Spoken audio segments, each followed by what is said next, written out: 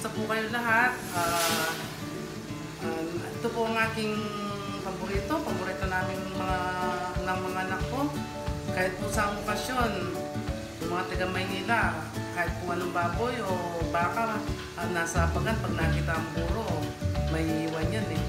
Ganda po kami mga kapampangan. Ito po, may ginawa na po ako. Kung magburo po ako, 1 linggo lang siya. 1 linggo, o maasim na siya. Kung minsan po, masipag ako, kapag 4 na araw na ang buro, naglulugaw po ako. Linalagyan ko siya ng konting lugaw para mas masarap siya, tsaka maputi siya. Yan po ang sekreto. Kapag 4 na araw, nilulugawan ko na siya. Kinabukasan, maganda na siya. Hindi nyo lang siya sa kutsara o kaya sa sandok kung malagyan yung lagayan. Ito po, gagawa tayo ngayon. May finished product na po tayong buro. 1 linggo po yan. Malambot na tinik niyan. Ngayon, pakikita ko sa inyo kung paano gagawa. Isa lang po itong gagawin ko ngayon kasi siyempre may buro na kami, baka magsawa na kami. Ito po ang kanin na lamig. Ito po ang kanin nating malamig ha. Malamig po. Baka po pong mainit kasi kapag mainit ang ginamit nyo, maluluto ang isda ninyo. Hindi na magiging buro yan. Ang kanin pong lamig, nalagyan po natin ng asin.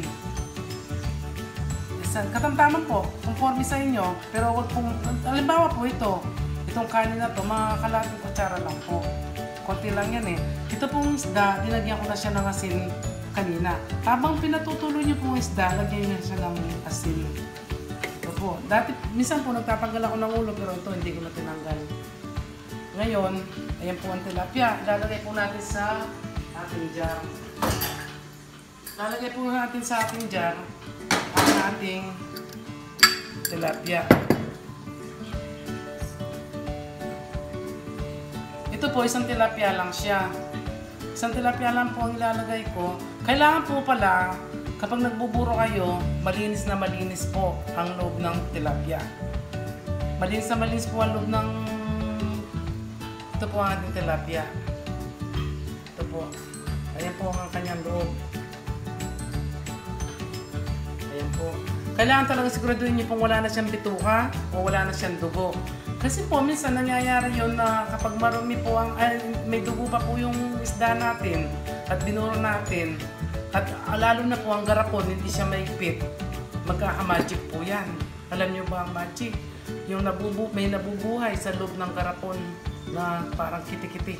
Uod po.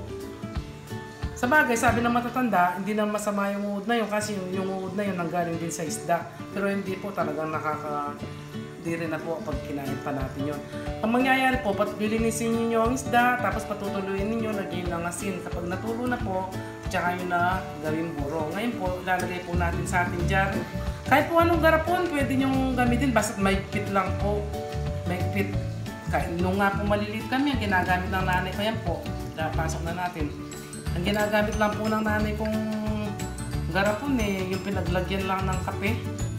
Pwede na yun. Tsaka yung mga tirang kanin. Ipitin niyo po ang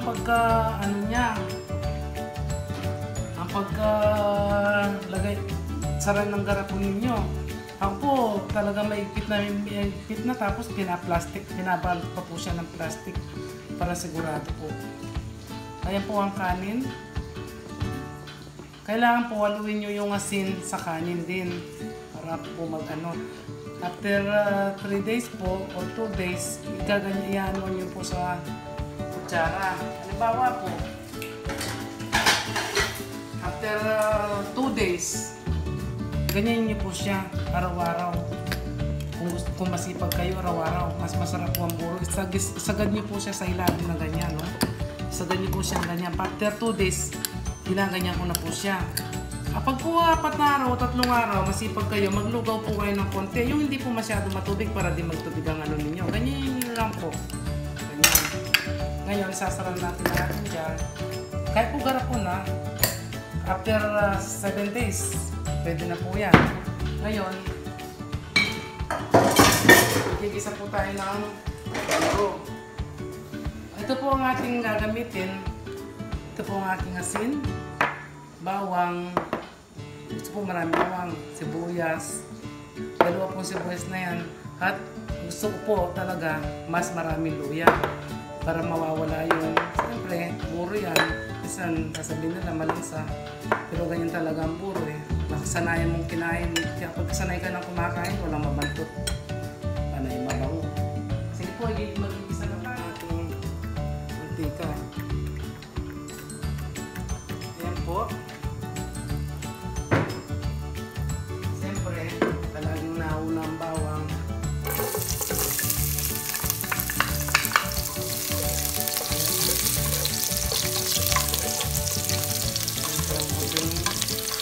Bawang nangamoy na. Pag nangamoy na, kailangan natin ilagay ang luya.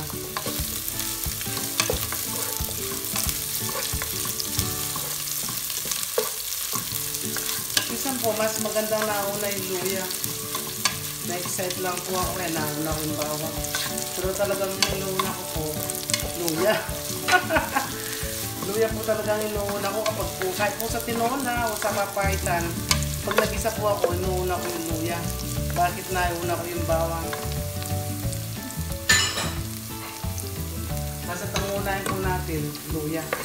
Kahit ano po niluluto ko, basta may luya, nauna ang luya, at saka na po bawang at sibuyas. Ngayon, ilagay na natin ang bawang mo. Nandiyan na yan.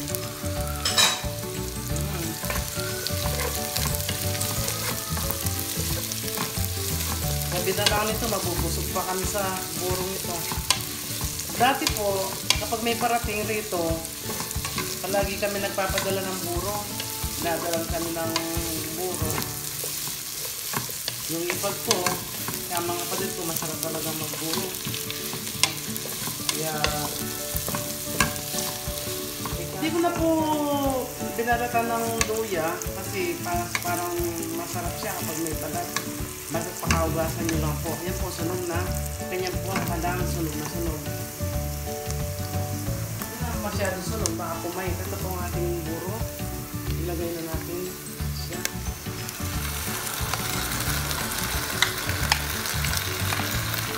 Nilagyan ko lugaw na konti yan.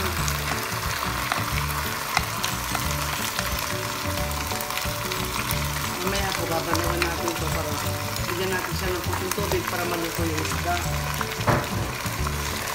Medyo matagal-tagal ko kung pinapakuluan para lutong-luto siya. Sabi ng asawa ko, maingay yung sandok na ginamit ko dun sa sibkad, dun sa dinuguan. Eh kasi, gusto ko po kasi talagang naluko kaya gumagamit ako ng sandok na talagang yung mga sandok na malalim at bakal. Kaso napintasan ako ng asawa ko, maingay daw yung aking sandok. Kaya nagkawin na lang ako. Ayan po, haluin natin. Maya-maya, pag naano ng konti, alisa na siya talaga, saan natin siya lalagyan ng tubig. Pakpan po natin muna. Ito po, titingnan natin siya. Ayan na po. Isang-isa na po siya. So talagang nag-iisa muna siya ng todo bago po siya naglalagay ng tubig. Gusto ko isang-isa na siya. Ayan na, isang-isa na. Ayan po, nadurog na yung ating tilapia. Alam niyo po bang walang ang tinig nito ay napakalambot? Kung naamoy nyo lang po talaga, kung narito lang kayo, talagang wala po siyang antot. Hindi katulad ng bamburo talagang minsan, ang baho talaga. Ito po, pinagbandawang po ng mga jar. Garap po na pinagburuan ko. Ayan, yan ang tutubig ko po. Matubig po siya hanggang sa matuyo siya. Para po malutong-maluto yung kanin at saka yung isda. Ganyan po siya. Mamaya po patutuyin ko yan kasi sabi ng nanay ko noon, kailangan matagal po lutuin ang buro. Kailangan lutong-luto siya. Pero yung asawa ko gusto niya masabaw sa buro na buro. Kami naman gusto namin ito. Conforme po sa inyo. Takpan po namin ulit. Mamaya naman natin kung baka maalat na kasi di ba dinagyan natin ng asin bago natin siya binuro.